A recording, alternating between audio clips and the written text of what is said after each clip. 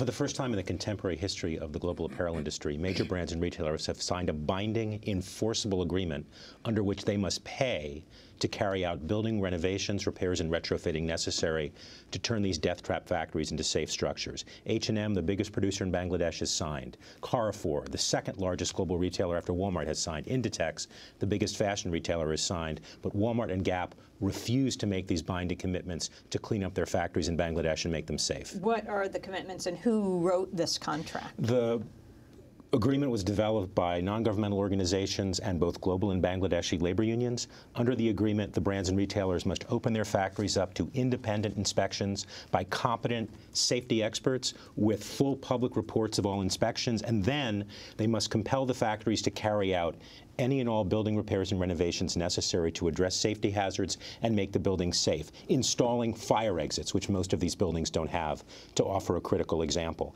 They must then cease doing business with any factory that refuses to undertake these repairs and renovations, except the critical point, the brands and retailers have to pay for the repairs and renovations. They can't place the burden purely on the factory. And if the factories will take the money and undertake the renovations and operate safely, then the brands and retailers have to stay and continue to produce at those factories and support the factory and support the workers. Well, one of Walmart's most astonishing excuses, their claim is that the inspections they themselves do with no transparency or accountability will be a faster mechanism for protecting worker safety in Bangladesh. This from a company that has been producing in Bangladesh for nearly a quarter of a century, and during that time has done nothing to protect the safety of workers. Gap's main argument is some abstruse claim about supposed legal liability that they face. It's a trumped-up claim. Gap's real concern is that they don't want to pay the costs of repairing these buildings and making them safe. But even if there is legal liability, the question for Gap is, are they saying that workers in Bangladesh should continue to die